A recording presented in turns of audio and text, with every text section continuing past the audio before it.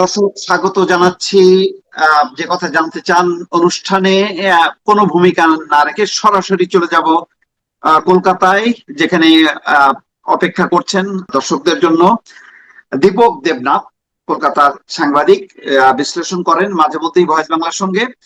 আহ, দীপক, আহ, কলকাতার যে চ্যানেলগুলোতে এই মুহূর্তে দেখা যাচ্ছে যে বিজেপি শুধু জিতেই যাচ্ছে না, ব্যবধান দেখা যাচ্ছে যে অনেক, যেমন এই মুহূর্তে আছে 182টা আসনে তারা লিড করছে, সেখানে তৃণমূল কংগ্রেস মাত্র 100। এই ব্যবধানটাই কি যথেষ্ট না যে নিশ্চিতভাবেই বিজেপি জিততে চলেছে? দেখুন, আপনি ঠিকই বলেছেন। আমি একটু আগে থেকে শুরু করতে যাই, কারণ আমি সেটি বলতে চাই। সেটি হচ্ছে যে সেকেন্ড ফেজ অর্থাৎ দ্বিতীয় দফার ভোট যেদিন হলো 29 এপ্রিল, তারপরে বিভিন্ন বুথ ফেরত সেই সমীক্ষা এসেছিল, সেখানে একটা বিজেপি এগিয়ে থাকার একটা ইঙ্গিত মিলেছিল। সেখানে অনেকেই বলেছিল যে বিজেপি ক্ষমতায় আসছে। আপনি জানেন যে 293টি আসনে গণনা হচ্ছে, মোট 147টি আসন দরকার, মানে ম্যাজিক ফিগার। সরকার করতে গেলে 147টি আসন দরকার। তো সেখানে বিজেপি এখনো এই মুহূর্তে 200-র বেশি আসনে, 200টি আসনে এগিয়ে রয়েছে। অন্যদিকে টিএমসি অর্থাৎ তৃণমূল কংগ্রেস 86 আসনে এগিয়ে রয়েছে। লেফট ফ্রন্ট এবং আইএসএফ অর্থাৎ ইন্ডিয়ান সেকুলার ফ্রন্ট, তারা দুটো আসনে এগিয়ে রয়েছে। এবং কংগ্রেস, শতাব্দী প্রাচীন দল, তার অবস্থা খুবই করুণ। মাত্র একটি আসনে এগিয়ে থাকার খবর কিন্তু এখনো পর্যন্ত পাচ্ছি। এবং শেষ যেটি খবর সেটি হচ্ছে যে ভবানীপুর যেটি আসন, কারণ আলোচিত সবচেয়ে আলোচিত হচ্ছে ভবানীপুর, সেখানে মমতা ব্যানার্জি তৃণমূলের প্রার্থী, তিনি এগিয়ে রয়েছেন। অন্যদিকে নন্দীগ্রাম যেই আসনটি, সেখানে কিন্তু বিজেপির যিনি প্রার্থী শুভেন্দু অধিকারী, তিনি এগিয়ে রয়েছেন। আপনি জানেন যে শুভেন্দু অধিকারী মোট দুটি আসনে লড়ছেন, একটি হচ্ছে নন্দীগ্রাম, অন্যটি হচ্ছে দক্ষিণ কলকাতার ভবানীপুর আসন। এই ভবানীপুর আসনে তিনি পিছিয়ে রয়েছেন মমতা ব্যানার্জির থেকে। এবং অন্য যেটি আসন, যেটি তার গড় বা যেটি তার মানে পিতৃভূটে যেটা, সেই গড় যেটি, সেখানে নন্দীগ্রামে কিন্তু তিনি এগিয়ে আছেন। এবং একাধিক প্রার্থী, বিজেপির একাধিক প্রার্থী কিন্তু এগিয়ে আছেন। এবং রূপা গাঙ্গুলি, যিনি দক্ষিণ চব্বিশ পরগনার যে প্রার্থী, তিনি এগিয়ে রয়েছেন। রুদ্রনীল ঘোষ বিজেপির প্রার্থী, তিনি এগিয়ে রয়েছেন। এবং একাধিক প্রার্থী, রাজ্যসভার একটা সময় সাংসদ ছিলেন স্বপন দাশগুপ্ত, তিনি এগিয়ে রয়েছেন রাসবিহারীতে।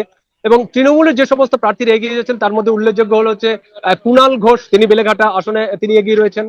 ফিরহাদ হাকিম, তিনি কলকাতার মেয়র এবং রাজ্যের মন্ত্রী। অভিষেকের কি অবস্থা? অভিষেক, না, অভিষেক হচ্ছে তৃণমূলের সাংসদ, তিনি কিন্তু এই নির্বাচনে লড়ছেন না। তিনি শেষ 2024-এর যে লোকসভা ইলেকশন হয়েছিল, সেই লোকসভা ইলেকশনে জিতেছিলেন। আচ্ছা। এবং আগামী যে 2029 সালে যে লোকসভা ইলেকশন হবে, মানে লোকসভার নির্বাচন, সেই নির্বাচনে তিনি আবার প্রতিদ্বন্দ্বিতা করবেন। তিনি কিন্তু এই বিধানসভা আসনে তিনি কিন্তু প্রতিদ্বন্দ্বিতা করেননি। এবং আচ্ছা। তার যে বুয়া অর্থাৎ মমতা ব্যানার্জি, তিনি প্রতিদ্বন্দ্বিতা করছেন, একটি মাত্র আসনে প্রতিদ্বন্দ্বিতা করছেন। এবং এখনো পর্যন্ত যেটা খবর, সেটি ভবানীপুর আসনে তিনি কিন্তু ব্যবধানটা ধীরে ধীরে বাড়াচ্ছেন। তার যে প্রধান প্রতিপক্ষ আছে শুভেন্দু অধিকারী, তার থেকে অনেকটাই এগিয়ে রয়েছেন। কিন্তু মমতা ব্যানার্জি এগিয়ে থাকলো, তার দল কিন্তু আস্তে আস্তে পিছন দিকে চলে যাচ্ছে। সমীক্ষা যেটা বলেছিলাম যে সমীক্ষায় কিন্তু দেখা গিয়েছিল যে বিজেপি আসতে চলেছে, এরকম একটা ইঙ্গিত মিলেছিল। ঠিক সেই ইঙ্গিত ধরেই কিন্তু আস্তে আস্তে বিজেপি ক্ষমতায় আসার অনেকটা কাছাকাছি চলে এসছে। এবং যখনই এগিয়ে আসার যে খবর, সেই খবর যখন বিজেপির কর্মী সমর্থকদের মধ্যে ছড়িয়ে পড়ে, আমরা দেখেছি বিজেপির কর্মী সমর্থকরা উল্লাসে মেতে উঠেছেন। তারা আবির খেলা শুরু করেছেন, কেউ আবার মিষ্টি মুখ করছেন, মিষ্টি খাওয়াচ্ছেন একে অপরকে।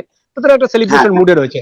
এবং অন্যদিকে যারা পিছিয়ে রয়েছেন, বিশেষ করে তৃণমূলের প্রার্থীরা, তারা কিন্তু একটু মন মারা, তারা শেষ লড়াইটা দিতে চাইছেন বা শেষ পর্যন্ত অপেক্ষা করতে চাইছেন, যদি পাশা ঘোরে, যদি খেলা ঘোরে, এরকম একটা সম্ভাবনা থেকে কিন্তু তারা এখনো পর্যন্ত ওয়েট করছেন। কত রাউন্ড বাকি আছে? এখনো কত রাউন্ড বাকি আছে ঘটনা? দেখুন, এক এক জায়গায় একরকম, কোথাও 10 রাউন্ড থেকে শুরু হয়, কোথাও বা সেটি 27 রাউন্ড পর্যন্ত যায়। সেখানকার এটি নির্ভর করে, সেখানকার যে ভোটার আছে, সেই ভোটারের উপর আচ্ছা। নির্ভর করে কত রাউন্ড হবে। সুতরাং আচ্ছা। ইতিমধ্যেই বিভিন্ন জায়গায় কোথাও 5 রাউন্ড, কোথাও 7 রাউন্ড পর্যন্ত গণনা হয়ে গেছে। এখনো অনেক সময় বাকি রয়েছে। মোটামুটি একটা অ্যাভারেজ বা অন্তত গড় যদি ধরা যায়, তাহলে অন্তত 14 থেকে 15 রাউন্ড হবে। তো সেক্ষেত্রে মোটামুটি বিকেল 5টা পর্যন্ত মানে গড়িয়ে যেতে পারে একটা স্থির চিত্র আসতে গেলে, বা একটা চূড়ান্ত যেটা বলা যায়, সেই রেজাল্ট আস্তে আস্তে কিন্তু 5টা কিংবা সন্ধ্যা 6টা বেজে গেলেও যেতে পারে। তো এখন পর্যন্ত মানে বোঝা যাচ্ছে যে অর্ধেকও হয়নি, কিন্তু তার মধ্যেই মানে ব্যাপক ব্যবধান। সেই ব্যবধানটা কমলেও কতটা কমবে? মানে আলামত তো দেখা যাচ্ছে যে বিজেপির দিকে। এই ব্যাপারে কি এখনো কি কলকাতার মানুষের মধ্যে কোনো সন্দেহ আছে? না, দেখুন, এখনো পর্যন্ত কোথাও যেটা বলছিলেন যে চতুর্থ রাউন্ড, কোথাও আবার সপ্তম রাউন্ড পর্যন্ত চলে গেছে। সুতরাং এখন যে ট্রেন্ড, সেই ট্রেন্ডটা কিন্তু এগিয়ে যাচ্ছে। এই ট্রেন্ডটা খুব মারাত্মক কিছু না হলে বা খুব মিরাকল যদি কিছু না হয়, তাহলে কিন্তু এই ট্রেন্ড বদলের কোনো সম্ভাবনা নেই।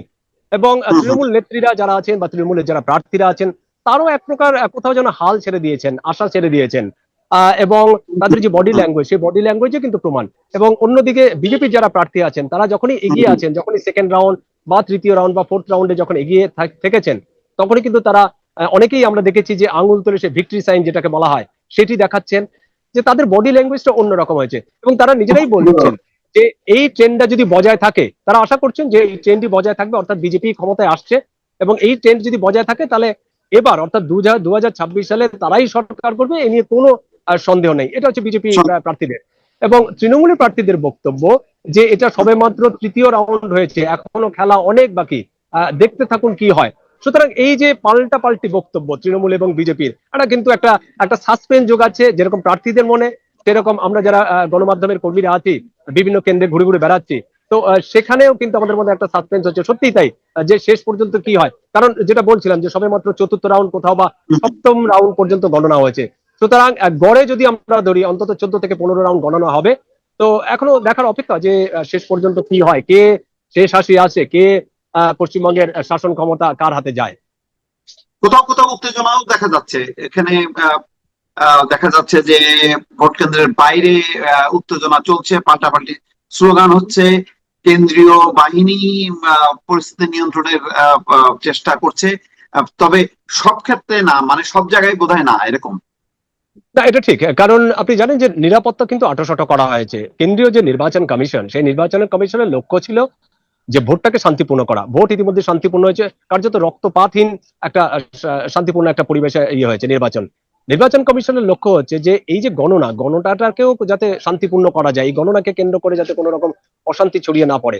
এবং সেই জন্য যেরকম কেন্দ্রীয় বাহিনী জওয়ানরা আছে, ঠিক সেভাবেই কিন্তু রাজ্য পুলিশের যারা সদস্য তারাও আছে। এবং দায়িত্ব দেওয়া হয়েছে। এবং 100 মিটারের মধ্যে কোনো জমায়েত নিষিদ্ধ করা হচ্ছে। কিন্তু আসলে যখন বিজেপি কর্মীদের মধ্যে যেন যখন একটা উৎসাহ ছড়িয়ে পড়েছে, একটা উচ্ছ্বাস ছড়িয়ে পড়েছে যে তারা এগিয়ে যাচ্ছে, তখন সেই উচ্ছ্বাস একদম বাঁধ ভাঙা উচ্ছ্বাসে পরিণত হচ্ছে। এবং তখনই তারা এই যে কেন্দ্রীয় বাহিনীর যে ঘেরাটোপ বা নিরাপত্তার যে ঘেরাটোপ, কখনো কখনো সেই নিরাপত্তার যে ঘেরাটোপ সেটিকে ভেদ করে ভিতরে ঢুকে যেতে চাইছেন, বা একটা বাঁধনহারা একটা উচ্ছ্বাস, তখনই কেন্দ্রীয় বাহিনীর সাথে হয়তো একটা একটা একটা বচসা বা একটা তর্কাতর্কি হচ্ছে, এরকম। এছাড়া কিন্তু তেমন বড় ধরনের কোনো কি বলবো যদি সহিংসতা বা যদি বড় ধরনের বিজেপি কোনো। জিতেই যায় শেষ পর্যন্ত, তাহলে কি মনে হয় বিভিন্ন রাজ্যের বিভিন্ন জায়গায় অশান্তি তৈরি হবে বা সংঘর্ষের কোনো শঙ্কা দেখা দেবে, এমন পরিস্থিতি কি হবে, নাকি ফলাফল মেনে নেবে সবাই? না, এরকম কোনো সম্ভাবনা কিন্তু এখনো পর্যন্ত কারণ নেই। আপনি জানেন যে শুধু পশ্চিমবঙ্গ তো নয়, পশ্চিমবঙ্গের পাশে যদি আমি আসাম দেখি, আমি যদি ত্রিপুরা দেখি, সেখানেও যখন বিজেপি ক্ষমতা এসেছিল সেরকম ভাবে কোনো কিন্তু সহিংসতা হয়নি। প্রথমে যখন এটা ঠিক যে দীর্ঘদিন যদি সত্যি ক্ষমতায় আসে বিজেপি রাজ্যে, তাহলে মানে এই প্রথম তারা বিজেপি ক্ষমতায় আসতে চলেছে, যদি আসে, তাহলে সেক্ষেত্রে প্রাথমিকভাবে হয়তো বিজেপি কর্মীদের সমর্থকদের মধ্যে একটা উচ্ছ্বাস থাকবে। হয়তো বা একটা রিভেঞ্জের পালা থাকবে, কারণ শাসক দল তৃণমূল কংগ্রেস তারা গত 15 বছর ধরে, 3 দশক ধরে শাসন ক্ষমতা চালিয়েছে। একটা রিভেঞ্জের পালা থাকলেও থাকতে পারে, কেউ কেউ শঙ্কা করছেন। তবে সত্যি যদি সেটা হয়ও, তাহলে বড় কিছু হবে না এটাও আশঙ্কা করছেন। তবে সবাই চাইছেন যে এইটা একটা স্পোর্টিংলি ভাবে মেনে নেওয়া উচিত, মানে একটা খেলার মতন, খেলায় যেরকম হার জিত আছে, এই নির্বাচনও কিন্তু হার জিত আছে। সুতরাং কেউ যদি হেরেও থাকে, কেউ যদি পরাজিত হয়ে থাকে, তাহলেও মানে খেলোয়াড় সূচ্য মানে মনোভাব নিয়ে যেন তারা সেটিকে মেনে নেয় এবং সেটি যাতে গ্রহণ করে, তবে কিন্তু কোনো অশান্তি বা কোনো গন্ডগোলের কোনো আশঙ্কা থাকে না। এখন বিষয়টি হচ্ছে যে নির্বাচন পড়ার পর, গণনার পড়ার পর প্রার্থীরা নিজেদের কতটা সংযত রাখতে পারবেন বা কর্মী সমর্থকদের কতটা সংযত রাখার নির্দেশ দেবেন, বা তারা কতটা সংযত হতে পারবেন, এটাই হচ্ছে বড় প্রশ্ন। তো মনে হচ্ছে কি যে মানে বিকাল 5টা 6টা নাগাদ পরিষ্কার হবে চিত্রটা? আশা করা যাচ্ছে যে আচ্ছা। সন্ধ্যে 6টার মধ্যে আহ, একটা চূড়ান্ত না হলেও মোটামুটি একটা প্রাথমিক একটা ইয়ে পাওয়া যাবে যে সরকারি কে আসতে চায়। যদিও ইতিমধ্যে যে ট্রেন্ড আমি যেটা বলছিলাম, যে ট্রেন্ড হুম। যেদিকে যাচ্ছে সেদিকে বিজেপির আসারই একটা ইঙ্গিত পাওয়া যাচ্ছে। এবং 6টা থেকে 6:30 বা 7টার মধ্যে কিন্তু একটা প্রাথমিক ধারণা হয়ে যাবে যে কারা সরকারে আসতে চলেছে। যদিও যেখানে যেখানে বেশি ভোটারের সংখ্যা বেশি, সেখানে সেখানে কিন্তু গণনা কিন্তু রাত গড়িয়ে যেতে পারে। এর আগেও যে 2021 সালে যে শেষ বিধানসভা নির্বাচন হয়েছিল, সেখানেও আমরা দেখেছিলাম যে কিছু কিছু আসনে কিন্তু রাত গড়িয়ে গেছে। তো এক্ষেত্রেও সেরকম একটা সম্ভাবনা রয়েছে। কিন্তু যেটা আপনি বলছিলেন সন্ধ্যে 7টা বা এই সময়ের মধ্যে কিন্তু একটা ট্রেন্ড আমরা পেয়ে যাব, সত্যি এই রাজ্যে প্রত্যাবর্তন ঘটছে নাকি পরিবর্তন হচ্ছে? অনেক ধন্যবাদ দীপক দেবনাথ, নিশ্চয়ই পরবর্তীতে আপনার সঙ্গে আবার যুক্ত হব। ভালো থাকবেন। দর্শক শুনছিলেন কলকাতা থেকে দীপক দেবনাথের বক্তব্য, এবং দারুণ উত্তেজনা, এবং বাংলাদেশের মানুষেরও ব্যাপক আগ্রহ আছে এই নির্বাচনকে ঘিরে। কারণ বাংলাদেশের একেবারে সীমান্ত সংলগ্ন সবচেয়ে বড় যে রাজ্য সেটা হচ্ছে পশ্চিমবঙ্গ। পশ্চিমবঙ্গের সাথে বাংলাদেশের ব্যবসা বাণিজ্য নানান কারণে যে সংযোগটা আছে, সেই কারণে পশ্চিমবঙ্গে কে ক্ষমতায় আসছে এটার ব্যাপারে একটা আগ্রহ আছে। নিশ্চয়ই আপনাদেরকে পরবর্তী আপডেট জানাবো। আজ এই পর্যন্তই, ভালো থাকবেন। আল্লাহ হাফিজ।